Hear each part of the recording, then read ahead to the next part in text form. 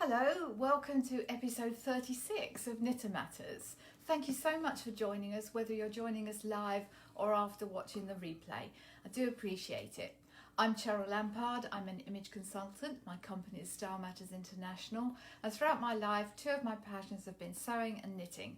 And in particular, knitting is the thing that I do every day. It's my therapy, it's my relaxation. I also used to be the owner of a yarn store in Brighton, England, and one of the great joys of being the owner of a yarn store is that you have the opportunity to teach people how to knit and work with beautiful yarns. I'm really happy that all these years later I'm able to teach you how to knit, albeit by a different platform, which is Facebook Live. So it's my pleasure to welcome you to Knitter Matters. Now I'm going to ask the camera to turn to the table and we'll get started on today's topic, which is all about bobbles. Take my glasses off. See better without them when it's closer up. So many patterns incorporate bobbles. This is Barbara Walker's Treasury of Knitting Patterns, and as you can see here, if the camera can see, you know, very traditional cable patterns here with bobbles, a sort of bobble and fan pattern. Again, this one, which is banana tree pattern, bobbles here. This book's been around for a long time. A more recent book is this Japanese knitting stitch Bible. I've got to lay it flat. Sorry, camera needs to see it. I don't know which way we're going. So you can see here, bobbles are used to decorate this very pretty little collar here. There's a really nice touch there. And yeah, we have some bobbles here on this one around the edge. So they can be used singly, in clusters, however you want to use them. And in this book, I'll say what these, I'll publish a link to these books afterwards so that you know what they are and where you can get them from. And then this book, which is really quite an old one, but it doesn't matter. This is Edina Rone's collection, which is at least 30 years old, doesn't matter. Patterns are, if they're good patterns. And this sort of almost folklore sweater with bobbles going in this sort of diamond pattern on the body of the sweater and up the sleeve as well. Oh, Peggy Ann, thank you for joining us. So nice to have you with us. Thank you. And please, everybody, feel free to put comments in the thread below as I'm speaking. I can't see what you're writing me while I'm actually doing the Facebook Live, but I promise to get back to you as soon as possible afterwards. Now, a bobble. What's a bobble? Well, let's put it this way around to start off with. A bobble is a three-dimensional stitch, and it's worked by multiple increases in one stitch. And there's as many different ways to make bobbles as there are patterns that use them. I would say that it's advisable to use the technique that they show in the pattern, because otherwise you could throw out the stitch count or your bobble may be too big for the yarn. So let me just show you here. I've worked out a bobble here which I quite like in terms of size. It gives you a nice kind of round bobble. You can do it just as easily on stockinette stitch as you can on reverse stockinette stitch. And if you want to be really clever, you can actually do your bobble in a reverse stocking stitch if you want to make it stand out even more. But I'm going to show you how to do this basic bobble right now. I quite like this one. It's done on 4 stitches. Okay, so I've just cast on, oh gosh, my yarn is in a tangle. Oh, look at that, yarn vomit has come out of my yarn cake. Never mind, we'll get there. Okay, so is that in your way here? No, okay, sorry, I was just speaking to the camera. So I'm gonna knit to where I want my bobble. Okay, apparently it is in the way. Let's get that out of the way. So I'm going to knit to where I want my bobble on this one. Okay, so I'm going to go part way across. Okay. Now I'm going to knit into the front and back of the stitch. So I'm going to knit front, back. Now we've done that before, but I'm also going to knit again front and back in the same stitch. That's where it gets a bit tight, okay? So if you knit tight, you might want to just try and relax a little bit while you're knitting. So now we turn it and we purl those 4 stitches.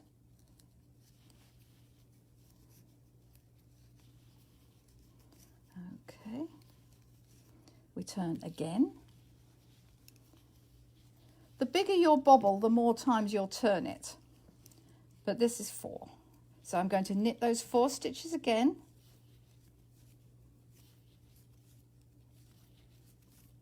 Then I'm going to purl again. So essentially I'm kind of doing 4. I do advise on those first stitches, just give the yarn a little tug. Otherwise there's a tendency to get a loop on that first stitch, which you probably don't want. Okay.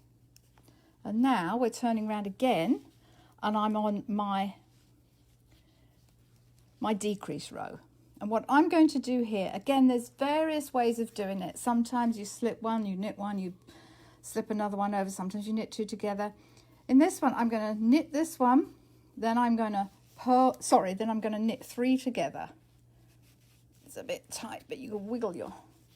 Now I've got 2 stitches remaining, and I'm going to slip the one on my right hand needle over that one. I'm also going to give that a little tug. I'm going to knit a few more stitches, and I'm going to do another bobble for you. The bigger the bobble, the longer it's going to be, and sometimes they go a bit kind of square, but I find this little cast off technique gives you quite a nice round bobble. So we're going to do another one. Knit, purl into 1 stitch, knit again. Don't make that too tight. Sorry, let me just do that again. I dropped that off. Knit, knit into the back, knit again, and knit into the back. I've now got 4 stitches from that 1 stitch, and they're on my right hand needle. I'm going to turn. There's my bit of caught up yarn. Then purl my 4 stitches.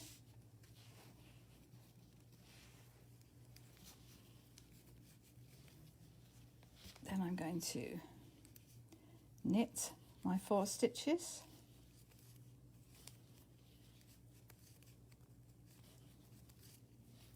Then I'm going to purl again. I'm going to give that a little tug because I don't want that loop. I'm going to make that first stitch quite tight. Purl my 4 stitches again. Turn.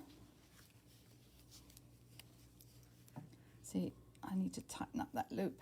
Now I'm going to do, this is my decrease row, so I'm going to do that quite tightly to pull up that loop. Then I'm going to do knit 3 together, and I'm going to pass that one over that one. Okay, tighten that up. I'm going to knit to the end of my row. Now I'm going to just purl back along the row so you can see what that looks like. I'm just going to pull along. Now if I wanted to do a bobble on a reverse stocking stitch side, I can do that. It's exactly the same principle. I'm just doing it from this side.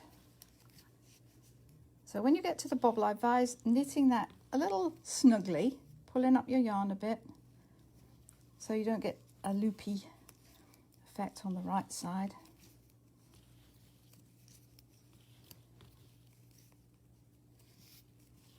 There we go.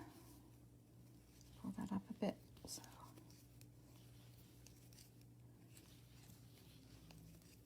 There we go. 2 bobbles. And you can see on the wrong side, they're just like little dimples, little indentations. But on the right side, you've got 2 really nice round bobbles there. Okay. So that's a basic 4-stitch bobble. And I did a whole load yesterday where I was playing about and I did extra rows and extra stitches. I found that generally in keeping, if you're doing 3 stitches, you probably do 3 rows, although you do want to land on your right side when you want to do the decrease row, so you might have to add an extra row in. If you're doing a 5-stitch bobble, you'd probably turn it another time. another 2 times. But the bigger the bobble, the more kind of unwieldy it gets. But that's a good size bobble, and that's a 4-stitch bobble. But do stick to what your pattern says to do. So you can also make bobbles singly. And for example, I have a bobble here. I have a red bobble here. And I've also done a little cluster of them. Okay, let me show you this one, because this to me looks like a berry. Let me show you how to do this one. Again, I will put underneath how to do this with the pattern. I'm just going to reach across here because I need to bring this in now. This is a very simple one, my berry bobbles. Okay, so I need some red yarn here for reasons that will become clear. I'm going to leave a little bit of a tail on to do this one. Again, depending what you're using them for, you could do otherwise.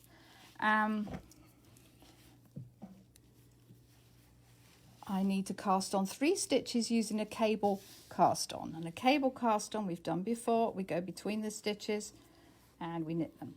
I'm also using a fairly small size needle on this one. This one is a US 3, it's a 3.25 millimeter. And the yarn I'm using is a medium weight. So it's actually a little bit thicker than I might use, but I don't want these bobbles coming out too large. So what I'm going to do again, it's exactly what we just did now. Knit forward and back. Anne, thank you for joining us. It's so nice to see when names pop up. It's lovely. Thank you. Anne Lewis, nice to see you. So I knitted in the front and back. So that means I've increased my stitch. I just do a knit one for the middle one. Now I knit front and back again. Okay. Right, so I've got 5 stitches on my needle. Now all I do is purl 5. Maureen, hi Maureen, thank you for joining us today. Purl 5.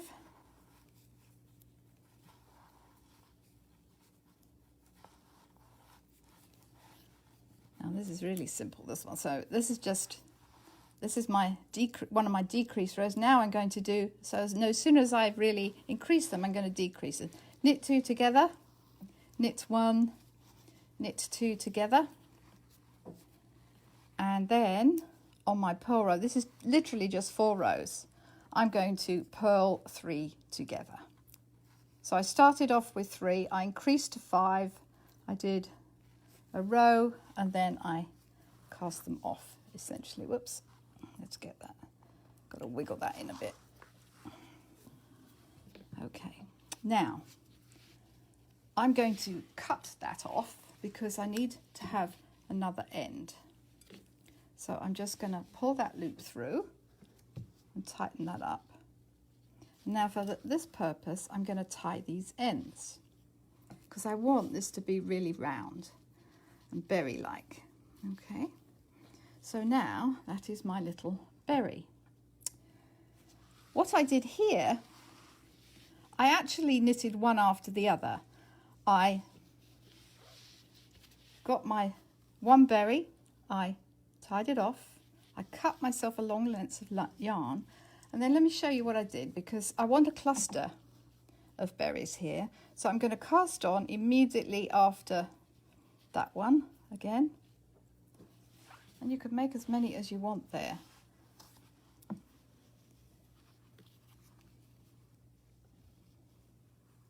Okay, cast on now 3 again. So I'm knitting front and back into that first stitch, and then I'm going to knit 1, knit front and back. So I've increased up to 5 stitches. I'm going to purl across my 5 stitches here, and again I tried with more stitches and my berries came out like apples and they were a bit too big for the purpose that I want them for. But again, it'll depend what yarn you're using. This is a medium weight yarn, so it's slightly thicker than a worsted or a DK yarn. it's going towards more an Aran weight, so it's not quite there, but it's a sort of 4 on the scale of yarn weights. I've got 5 stitches there. Now I'm going to knit 2 together. If I can just get that in, knit 2 together. I'm going to knit 1, then I'm going to knit 2 together again.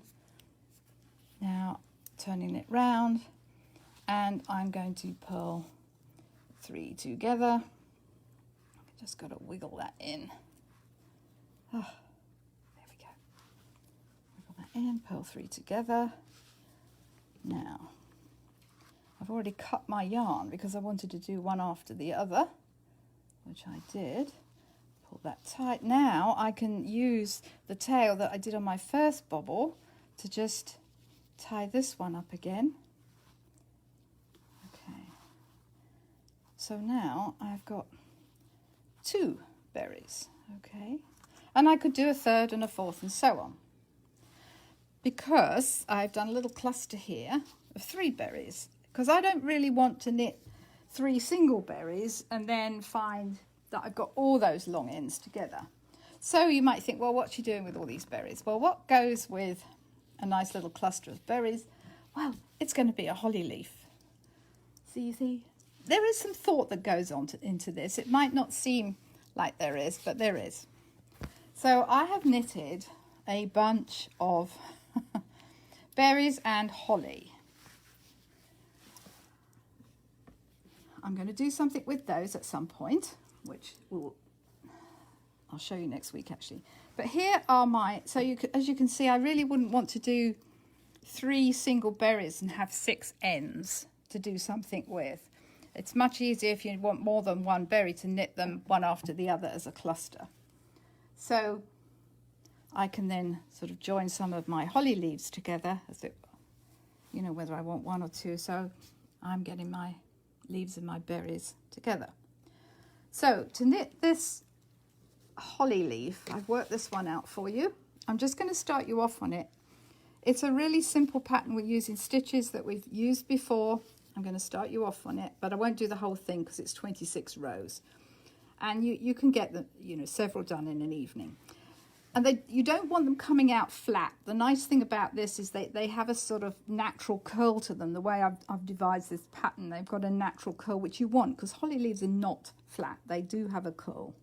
Okay, I'm going to start you off to show you how that's done, and then we'll come back to our holly leaf. So I'm going to get my needles and some green yarn. This needle size on this, again, it's same weight yarn. This is a 4mm or a US 6. I'm going to cast on 3 stitches. Get that out of the way so you can, do you want, okay, the cameraman is making faces at me and I don't know what for. Let me do it on this so you can see.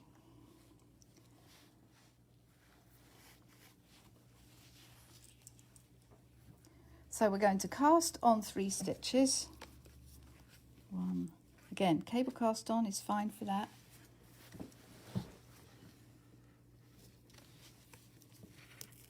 The first 3 rows we're going to knit.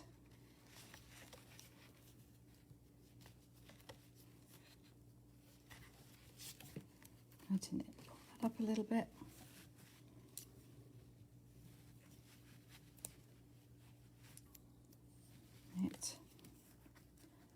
I'm just going to get you started off because you don't need to sit and watch me do 26 rows for a holly leaf, but it's all stitches we've done before.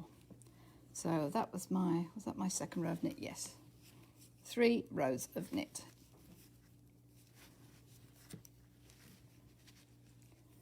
I give that a little tug when I get to the end because I want nice firm edges. I don't want loopy edges. So our 4th row, it's a knit 1. This will be the right side. Then we're going to make 1, picking up that stitch in between that stitch and the next one, putting it on the left hand needle and knitting into the back of it. Okay. For the next stitch, I'm going to knit through the back loop. I'm going to knit into the back of it. And again, I'm going to make 1, picking up the loop between those 2 stitches, knitting it into the back of it. Okay. And then knit. Row 5, you'll be pleased to know, is easy enough. I knit the first stitch, I purl across all the stitches. Most of the return rows are simply purl with a knit stitch at either end, just to get a nice kind of snug edge. So row 6, essentially what you're doing, we're increasing out and then we decrease. So I start with a knit stitch, and I knit 2 on this one. I knit 2, I'm going to make 1.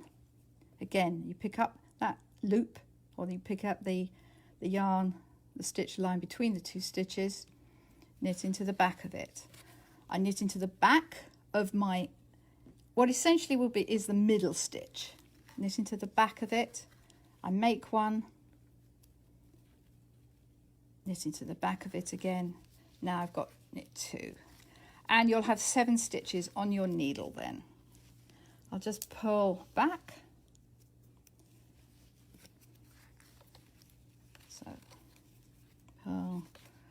I don't do a purl through the back of the loop on that middle stitch. I did experiment with that, but it doesn't really... I want a kind of a little ridge going up the center of my leaf, like you know, you do get that on a holly leaf, but when I purled into the back, it didn't really make much difference, so there's no need to really do that. I'll do one more row. So this is now row 8, and I'm going to do knit 3, 2, 3. I'm going to make 1, as we did before. Then I'm going to knit into the back of that middle stitch. I'm going to make another 1. So it's very, and then it's knit 3 stitches. So now I've got 9 stitches on my needle. So we keep increasing. Show you that as that's starting to form. So you can just possibly see how that middle stitch is starting to stand out. I can show you better on one that's already done. So you can see that sort of middle stitch. You get a bit of an indentation, which is what I want. And then once you get to then we go a few more rows, we start to decrease, then we increase again, but we still maintain that pattern of making 1, keeping that middle stitch right until we get to the end, and then we do a few sort of fairly severe decreases, so you get that nice sort of puffy look. So then you might think, well, what do I want a bunch of holly leaves for? Well, you could use them to decorate a wrapped gift. You could do all sorts of things with them. I will show you next week what I'm going to do with mine, but let me just show you how I'm joining them together. So Simon Cecina, thank you for joining us. How nice of you. That's lovely. So you'll end up with a piece of yarn at this end. I just worked it into the side edges. Just get rid of that somehow. Don't cut it off, but you need to work it in. And actually it's quite useful because you can sort of use it. If your leaf has gone a little bit wonky, you can use it as you weave it in to create a bit more shape. So I'm just going to stitch a couple of my holly leaves together. But you could certainly you could knit a few, and you could decorate a wrapped gift with them. You could knit a few and actually kind of add them to a sweater, whether it's a knitted sweater or a purchased one as a sort of Christmas sweater for an online Christmas party, maybe, something like that. I'm reluctant to call it an ugly sweater party, but you could. So I'm just going to put a couple of stitches in there.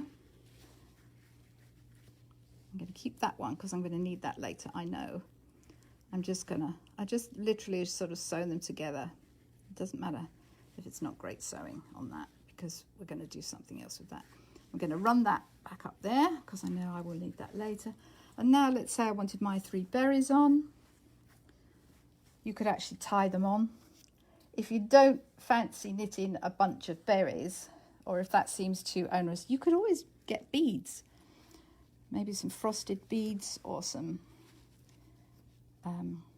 shiny beads. That would do us nothing. Now, it depends how riggers you want to sew them on. Quite honestly, for my purposes, I'm literally just going to work that extra tail down the back, and then I'm going to knot that.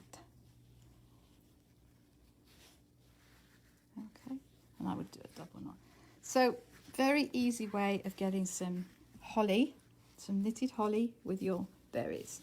Bring all these others back in. So we're going to start doing some nice festive things for the next few weeks leading up to Christmas.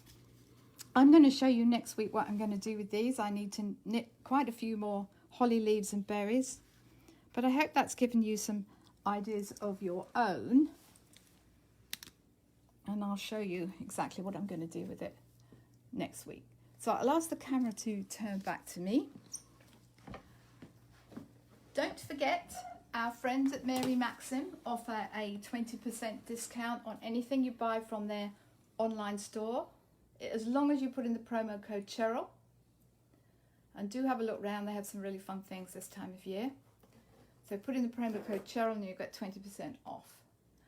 As always, this episode and all others are uploaded to our Facebook page. They're also on a YouTube page or YouTube channel of the same name, Knitter Matters. And we're on Instagram too, so like, follow and share us. Do let other people know about Knitter Matters. It's there for the knitter. So until next week, we'll be doing some more festive projects next week as well. And it's the perfect thing if you're, this coming Thursday is Thanksgiving in the US, so if you're looking to do some knitting while you're relaxing and watching something on Netflix maybe, this would be the perfect project to just get some little festive fun things going. So from between now and next week, do have a happy Thanksgiving. Stay well, stay safe, keep calm and keep knitting, and I'll see you next week. Bye for now.